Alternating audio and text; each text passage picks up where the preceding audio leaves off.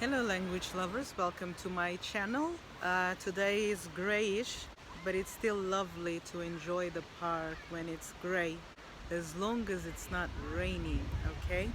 So today we're going to talk about a slightly difficult topic. It's pedophilia.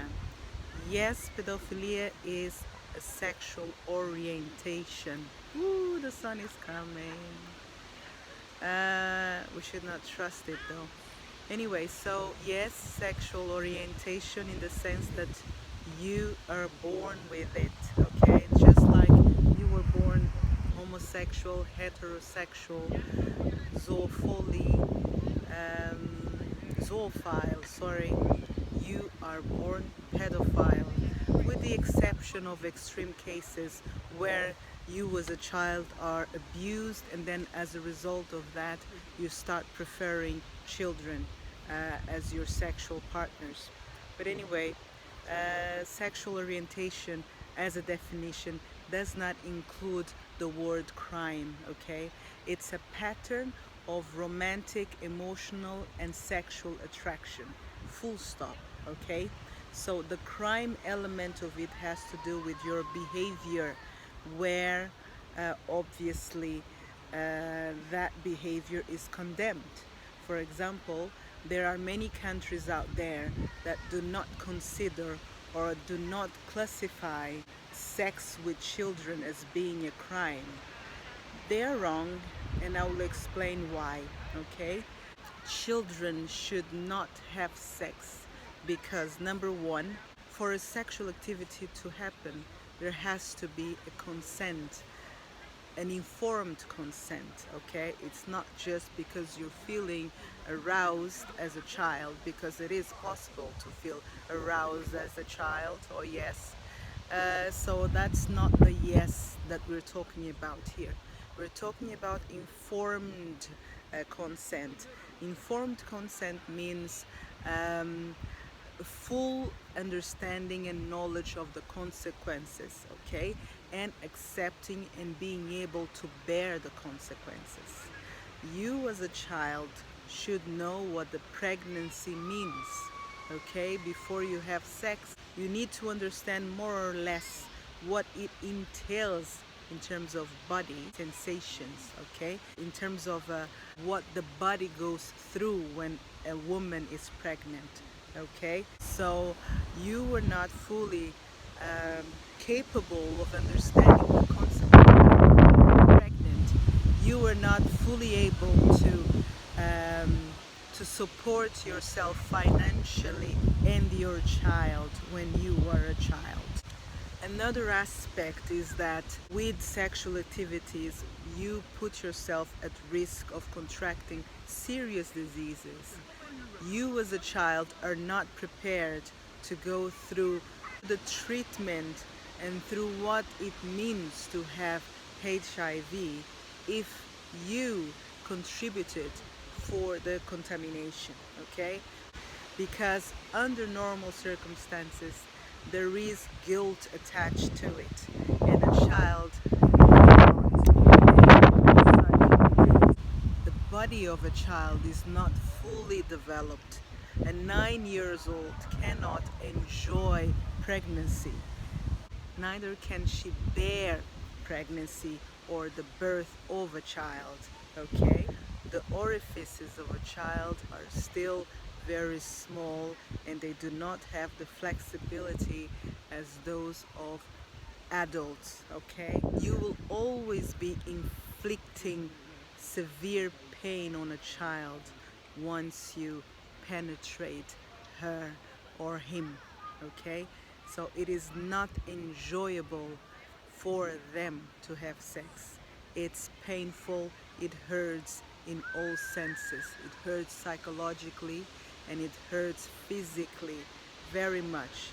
And you can even break the reproductive system of a girl by penetrating a child, okay? So those are the reasons why I think that pedophilia should be a global crime, yeah? Now let's talk about the fact that not all pedophiles are offenders. Yes, it's true. You can be a pedophile without acting upon it. There are many pedophiles out there that have never had sex with a child. Okay, so that's what it counts in order to condemn them legally. Okay, nowadays we have a lot of help for the suppression of the sexual urge to have sex with children. We have, for example, online a community called VIRTUOUS pedophiles. VIRTUOUS pedophiles are people who, at least the members of that community, come forward as people who have higher morals, in the sense that they don't want to offend children. They feel sad and sorry.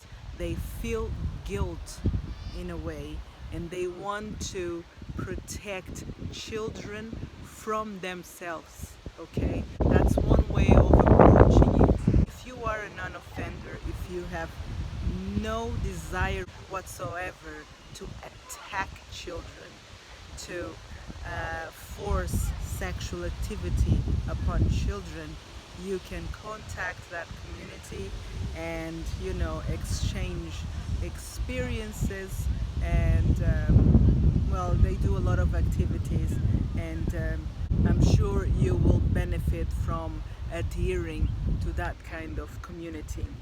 Another kind of help out there is institutional. There are many institutions. In Germany, for example, there is an institution called Dunkelfeld, which is exclusively dedicating itself to helping pedophiles suppressing their desires, okay? And the way they act is through cognitive behavior treatment, and the way it works is that they are exposed to risky situations in which they would normally have the urge to act upon, and then their behavior is corrected, okay? And number two, chemical castration, okay? So with those drugs, your sexual desires basically disappear, which is very extreme, but there are many pedophiles out there that are resorting to this mechanism, okay, because they cannot bear the fact that they have those ideas with a child, okay? They feel so much guilt that they want to castrate themselves forever. They are so appalled by their own desires, you know what I mean? So their morals are so high that they don't want to take any risk whatsoever. So they suppress. It's almost like killing your sexual desire altogether. You, as an adult or even as a teenager, realize that you feel desire towards children. You can contact that institution for help. And many do, because they don't want to offend. They feel victims of nature, unfortunately, and that's what they are. That's what they've been increasingly considered. I think it's an interesting way of dealing with it. And there are some pedophiles who seem to have been cured from it. At least they don't think about children in that way, okay? Or they don't have the courage, let's say, to act upon it, okay? And that's the most important socially. We do not want the children to be in danger. If you have thoughts, for example, of killing people in your own house, well, that's your problem. As long as you don't materialize it, we're fine with it as a society. Yeah? So yeah, it's good for all of us to know that there is help out there. You don't have to live alone as a pedophile. You don't have to live in isolation, okay? You don't have to kill yourself because you have those urges. There is help. You can suppress those urges. as you am certain would want, because you have higher morals, right? Anyway, just to say that it shouldn't be a taboo. We should not condemn them prima facie, okay? In the sense that if you hear that someone is a pedophile, please don't think that that equates to a molester, okay? A pedophile is not automatically a molester, okay?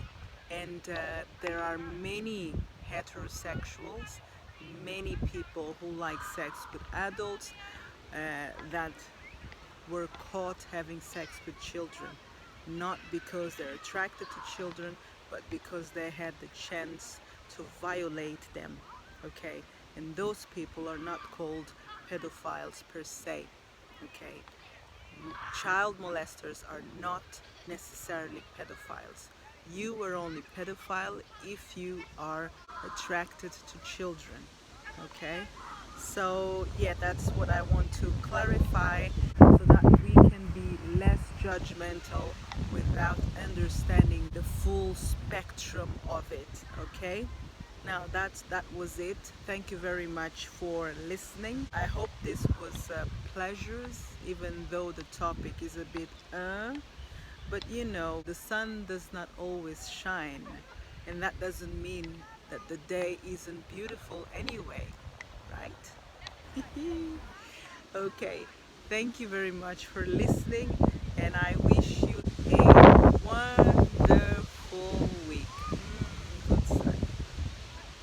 Okay, so now, goodbye. Goodbye. Goodbye.